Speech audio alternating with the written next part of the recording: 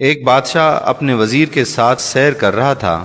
اچانک اس کی نظر ایک مزدور پر پڑی جو زمین سے اینٹ پھینکتا اور وہ اینٹ ہوا میں قلا بازیاں کھاتی ہوئی تیسری منزل پر پہنچتی۔ بادشاہ نے حیران ہو کر وزیر سے کہا کہ کیا وجہ ہے کہ اس کی زمین پر کھڑے ہو کر پھینکی ہوئی اینٹ تیسری منزل پر پہنچتی ہے؟ کیا یہ اتنا طاقتور ہے؟ وزیر نے بادشاہ سے عرض کیا کہ حضور، اس میں طاقت کے ساتھ ساتھ ایک اور عمل کار فرما ہے، اگر جان کی امان پاؤں تو عرض کروں۔ بادشاہ نے کہا کہ کہو، کیا کہنا چاہتے ہو؟ وزیر نے کہا کہ بادشاہ سلامت، ضرور اس کی گھریلو زندگی بہت ہی اچھی گزر رہی ہے، اسے گھر کی طرف سے کوئی پریشانی لاحق نہیں، اسی وجہ سے اس کی اینٹ تیسری منزل پر پہنچتی ہے۔ بادشاہ نے کہا کہ تحقیق کی جائے۔ وزیر نے کہا جی حضور۔ دوسرے روز وزیر نے چند افراد کو تحقیق پر لگا دیا۔ ایک ہفتے بعد ان افراد نے جو رپورٹ پیش کی وہ اس طرح تھی: اس مزدور کی بیوی شام ہوتے ہی اپنے شوہر کے انتظار میں بیٹھی رہتی ہے۔ وہ جیسے ہی گھر میں قدم رکھتا ہے، اس کی بیوی نہانے کے لیے فوراً پانی کی بالٹی اور نئے کپڑے رکھتی ہے۔ مزدور جیسے ہی نہانے سے فارغ ہوتا ہے، یہ اس کے لیے کھانا لگا دیتی ہے۔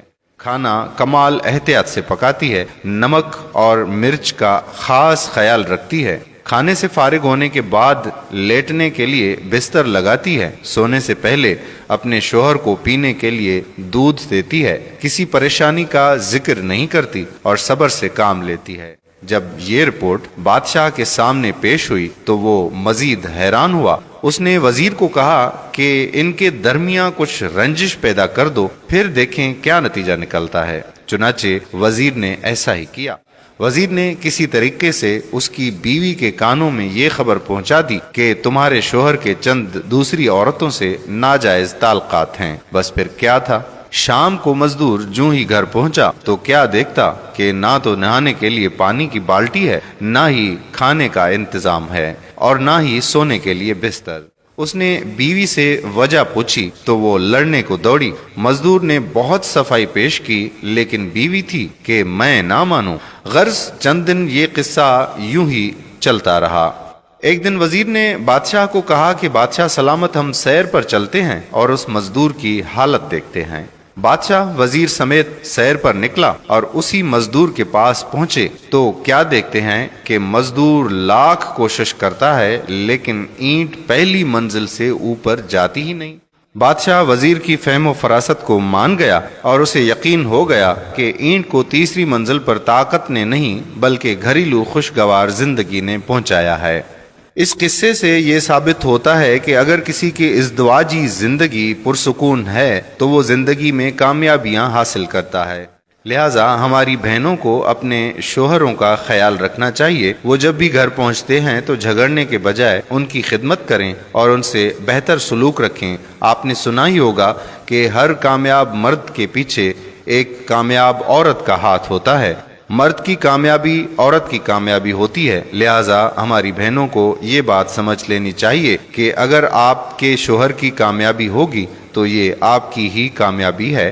لہٰذا اپنے گھر میں فساد کے بجائے خوشگوار موڈ میں زندگی گزارنی چاہیے تاکہ ہم زندگی میں زیادہ سے زیادہ کامیابیاں حاصل کر سکیں۔ خواتین و حضرات، ہر لڑکی، وہ بہن ہو، بیٹی ہو، بہو ہو، اللہ تعالیٰ نے اسے ذیلی تخلیق کے لیے پیدا کیا ہے۔ اس کا مطلب یہ ہوا کہ ہر عورت ماں ہے۔ ماں اگر بچے کی صحیح تربیت کر دے تو یہی اس کا عروج ہے اور یہی اس کا کمال ہے۔ بیوی اگر ماں کی خصوصیت کو سامنے رکھ کر شوہر کی تربیت کرے تو شوہر بیوی کے ہاتھ سے کبھی نہیں نکل سکتا، اس لیے کہ شوہر بھی کسی ماں یعنی عورت کا بیٹا ہے نا۔ میاں بیوی آپس میں ذہنی ہم آہنگی کو برقرار رکھیں تو اولاد صالح ہوتی ہے، ماں باپ کی خدمت گزار ہوتی ہے، خاندان اور معاشرے میں نیک نام ہوتی ہے، اور یہ نیکی بہرحال ماں باپ کے نام سے منسوب کی جاتی ہے۔